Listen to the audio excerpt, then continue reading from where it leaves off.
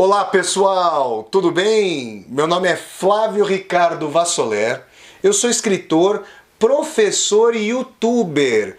Hoje, sábado, dia 15 de agosto de 2020, a gente dá início à série de resenhas de filmes do meu novo canal do YouTube, Flávio Ricardo Vassoler.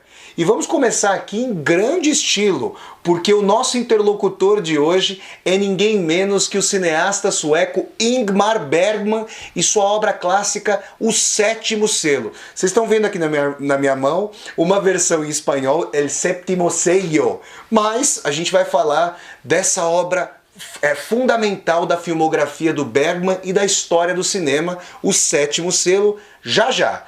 Antes de eu começar a conversar com vocês sobre o Bergman, eu gostaria de pedir a todos e as todas que estão assistindo a esse vídeo que, se gostarem do conteúdo, depois que o vídeo terminar, deem um like, deem uma curtida no vídeo, compartilhem-no nas redes sociais e se você está assistindo a esse vídeo, chegou ao canal agora pela primeira vez e ainda não está inscrito ou inscrita, se inscreva no canal, toque a sinetinha para receber as notificações e seja muito bem-vindo e bem-vinda. Bom, pessoal, falar de Ingmar Bergman, esse mestre do cinema, esse sueco Ingmar Bergman, nascido no ano de término da Primeira Guerra Mundial, 1918, e falecido há 13 anos, em 2007. Ingmar Bergman, uma obra bastante prolífica, se a gente vai acompanhando a carreira cinematográfica do Bergman, tanto na sua Suécia original, quanto ali num determinado momento, quando por conta de problemas com o fisco, com a Receita Federal Sueca, o Bergman fica um breve tempo ali na Alemanha, é uma obra muito prolífica, composta por vários e vários filmes, que vão certamente fazer parte em enorme medida das resenhas desse meu novo canal no YouTube. Hoje eu quero falar com vocês sobre Sétimo Selo, mas antes de entrar no filme propriamente dito, eu gostaria de mencionar um episódio peculiaríssimo da vida do Bergman que ele conta na sua autobiografia, Lanterna Mágica, um livro belíssimo, cuja leitura eu recomendo a vocês.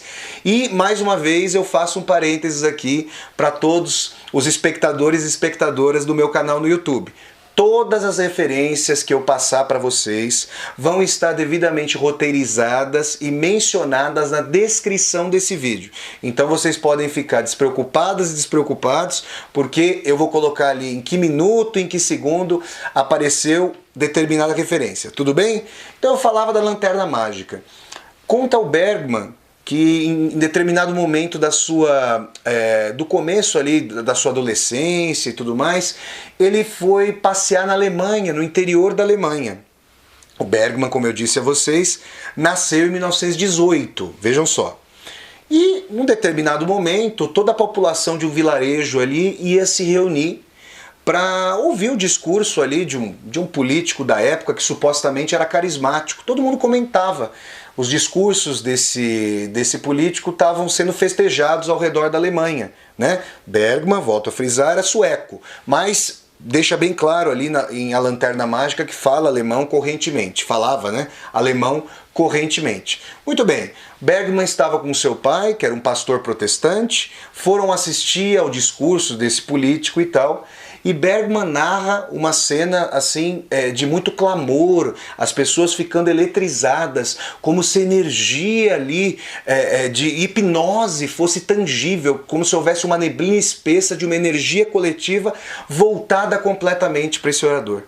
Eu quero dizer a vocês que Bergman termina um dos capítulos da sua Lanterna Mágica dizendo que esse orador carismático tinha o nome de Adolf Hitler. Eu também, se você ficou espantado, eu também fiquei espantado com essa experiência ali tangível desse horror do fascismo que o Bergman vai nos narrar.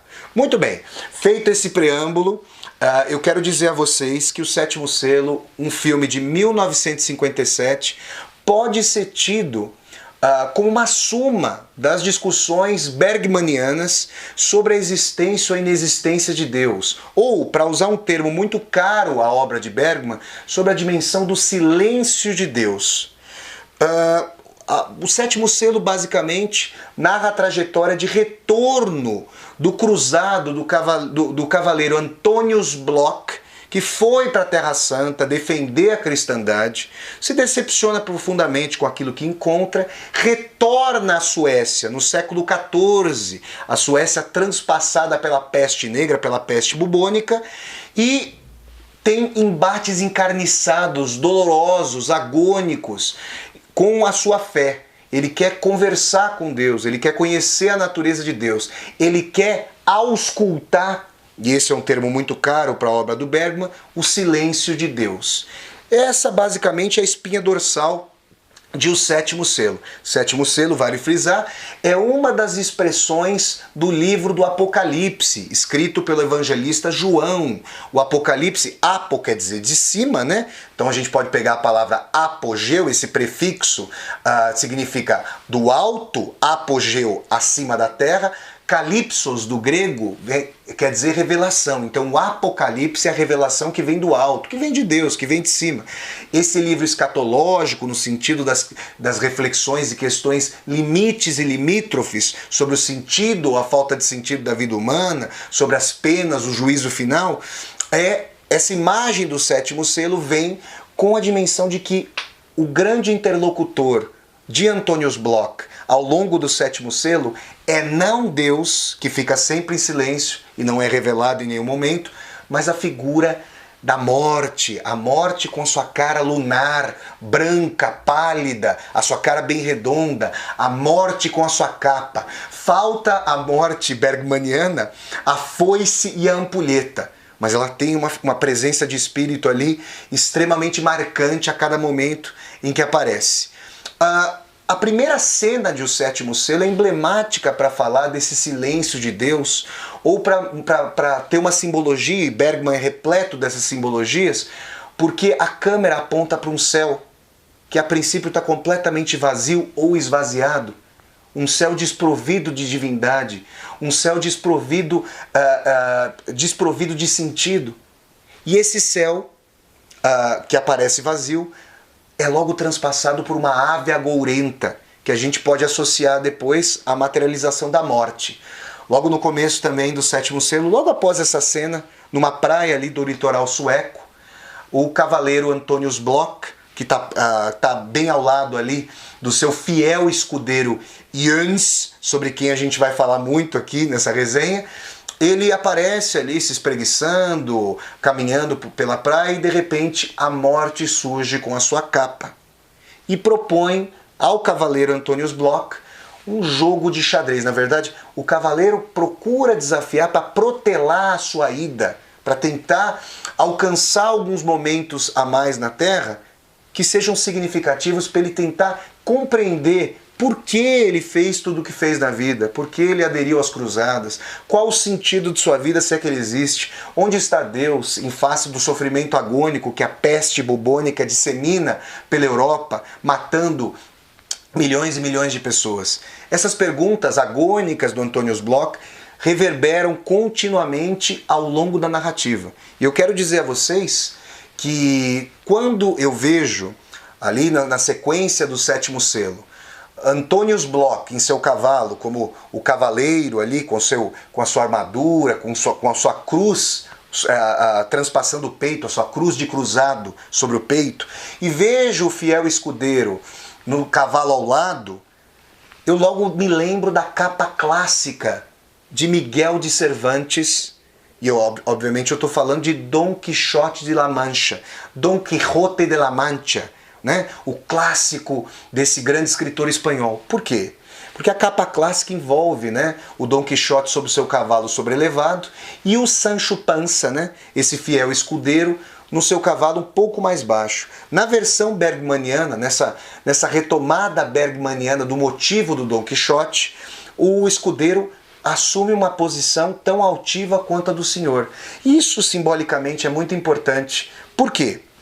Já em Dom Quixote, do Miguel de Cervantes, existe ali uma dimensão de que O Quixote é um cavaleiro descolado da realidade, um idealista, aquele que quer manter a moral medieval, cavalheiresca, de honra, em meio ao mundo que está se mercantilizando, que está deturpando os valores, que está trazendo a noção do individualismo, da lógica do dinheiro e tudo mais.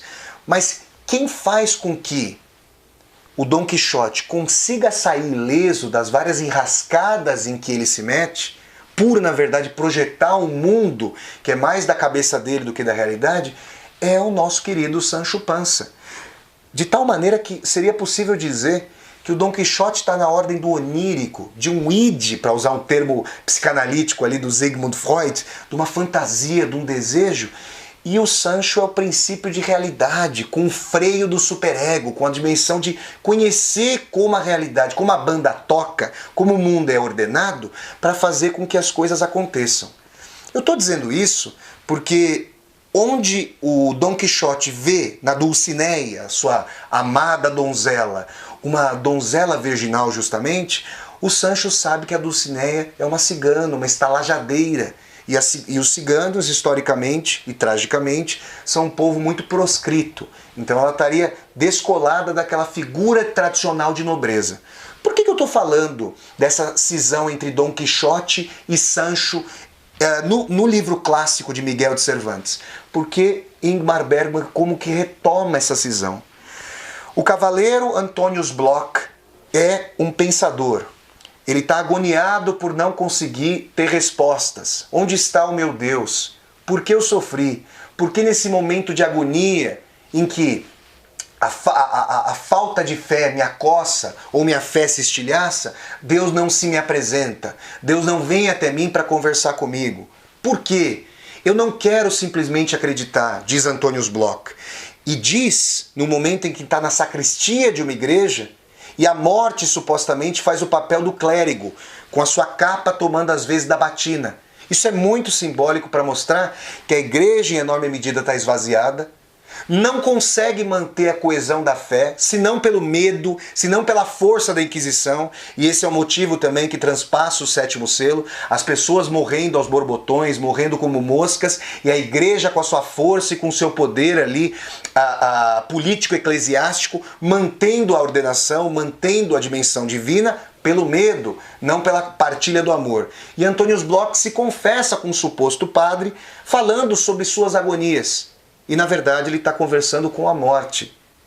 Quem é que, enquanto num plano de fundo Antonius Bloch reverbera questões teológico-filosóficas, quem é que na verdade lida com o mundo tal como ele se apresenta, com suas contradições? Justamente o fiel escudeiro Jöns. Jöns começa o filme cavalgando ao lado do Antonius Bloch, dizendo que é feliz entre as pernas de uma prostituta. Essas são palavras dele, não são palavras minhas. Ele é alguém que, a princípio, parece um hedonista, parece alguém voltado apenas para a realização do próprio prazer e alguém que não tem, digamos, um horizonte de perspectivas filosóficas mais vasto. Isso não poderia estar mais descompassado em relação à realidade dessa personagem. Por quê? Enquanto Antonius Bloch filosofa, busca a natureza de Deus, Jöns salva o ator Iöf, que cai numa enrascada ali, numa estalagem por conta de roubo, por conta de, na verdade, traição que os atores da sua trupe haviam feito com a mulher do outro, dando em cima da mulher do outro. É o Jöns que salva esse ator de ser espancado e eventualmente até morto. Numa casa em que eles entram, e vale frisar que os logradouros estão todos abandonados e assolados por causa da peste bubônica, numa casa em que o Jöns entra, ele vê ali uma mocinha, sozinha. E havia ali os cadáveres dos moradores da casa. O Jöns chega ali, ele entra e vai sair da casa quando de repente ele se dá conta de que existe uma terceira pessoa. Essa terceira pessoa estava roubando os mortos e ameaçou, a gente pode imaginar, o que ameaçou eventualmente estuprar a mocinha. O Jöns intercede, dá uma reprimenda muito forte quando reconhece que aquele que estava roubando os mortos e queria ali estuprar a mocinha era o Raval, antigo teólogo decaído. E isso aqui é muito importante para nós. Por quê? Enquanto o Antonius Bloch está sondando a natureza de Deus, existe na figura do Ioannis uma vivência da bondade numa tentativa de reconciliação com as contradições do mundo. O Ioannis, em enorme medida ali, figura, em muitos momentos, quase que como um ateísta antes do tempo. Claro que quando o Antonius Bloch fala eu quero conhecimento, o século XIV ainda não estava com desenvolvimento científico, tecnológico, filosófico, digamos, da sua materialidade para compreender as dimensões naturais, ainda havia os mitos ali transpassando a realidade. Mas é importante dizer que o Ioannis é um contraponto ao Antonius Bloch. Eu não vou contar para vocês como é que se dá o desenlace, o desfecho de O Sétimo Selo, mas também é importante dizer que há um momento muito bonito quando, depois de ter salvado a pele do Yuf, do ator ali, da trupe de artistas itinerantes que vão encenando as peças, todos eles se reúnem, todos eles eu estou falando, do Antonius Bloch, do Ioannis, do Yuf, e de sua esposa Mia, com o pequeno Michael, bebezinho, filho deles. Todos eles se reúnem ao redor da carroça e a Mia faz as vezes de anfitriã, oferecendo amoras, oferecendo uma tigela de leite. E naquele momento telúrico, naquele momento de reconciliação, naquele momento de felicidade, o Ioannis diz que as suas dúvidas, que as suas angústias estão sanadas, porque ali ele sente uma presença de transcendência nessa imanência. Era disso que o Ioannis vinha falando para o Antonius Bloch, mas na verdade ele não cessa de querer entender. Há alguma coisa para além da morte? O checkmate no tabuleiro de xadrez que a morte vai me dar, vai me sustar? Essas questões transpassam o Ioannis continuamente, a ponto de ele falar com mocinhas tidas brutalmente como bruxas pela Inquisição, que vão ser postas na fogueira, e o Ioannis conversar com essas moças, conversar com essas pobres coitadas, para tentar investigar nos olhos delas, para tentar conversar com elas, para saber se elas conseguem ver Deus, se elas sabem onde está o demônio, se elas sabem o que vai acontecer. Tudo isso transpassa o sétimo selo, traz uma aura ali, de um lado, de amargura, de dor, de dúvida, de agonia, e de outro, uma reconciliação em que o Ioannis parece ressoar um trecho muito bonito do livro do Eclesiastes, esse que é um dos livros mais bonitos do Velho Testamento da Bíblia judaico-cristã. Há tempo para amar e tempo para odiar, tempo para a guerra e tempo para a paz. Essa parece ser a reconciliação do Ioannis. Já o Antonius Bloch tem um ímpeto de investigar a natureza de Deus, diz que, ao sondar a natureza de Deus, só ausculta o silêncio e pode ser tido como uma das personagens de outros filmes do Bergman, como Luz de Inverno, que vai constar aqui das resenhas no canal, uma das personagens, um ateu antes do tempo, ou alguém que clama pela natureza de Deus e na sua agonia ainda não consegue encontrar, digamos, um ateísmo ou um niilismo, uma falta de Deus para além dos escombros medievais em cujo céu resplandecia pelo menos a crença ou a imagem de Deus. Já Ioannis chega a dizer, num dos momentos mais bonitos do filme, em O Sétimo Selo, ressoando mais uma vez essa passagem muito bonita do Eclesiastes, Ioannis chega a dizer que o amor que ele vive, porque ele faz o bem, porque ele evita que o mal ocorra e prepondere, ao menos nas ações fragmentárias que ele traz. Ele chega a dizer que se o amor é imperfeito, o amor é o que há de mais perfeito nesse mundo nas suas imperfeições. Então, nesse par oposto, a gente pode encontrar aí uma chave de leitura muito bonita de O Sétimo Selo, que faz com que, ao fim, as personagens todas tenham que deparar com a morte, e aí vocês vão ver o que acontece quando a figura de capa negra e rosto lunar da morte se apresenta a todos e a todas as personagens ali de O Sétimo Selo. Pessoal, é isso então. Eu fico aqui, termino a minha resenha sobre O Sétimo Selo, esse clássico de Ingmar Bergman, e digo a vocês que, se vocês gostaram desse vídeo, se vocês gostaram do conteúdo dessa discussão, deem um like, deem uma curtida no vídeo, compartilhem-no nas redes sociais. E se você que assistiu a esse vídeo ainda não está inscrito ou inscrita no meu canal, se inscrevam, toquem a sinetinha para receberem as notificações e sejam sempre muito bem-vindos. As resenhas de filmes vão acontecer sempre aos sábados, todos os sábados, às 10 horas da manhã. Até a próxima semana, pessoal. Tchau, tchau.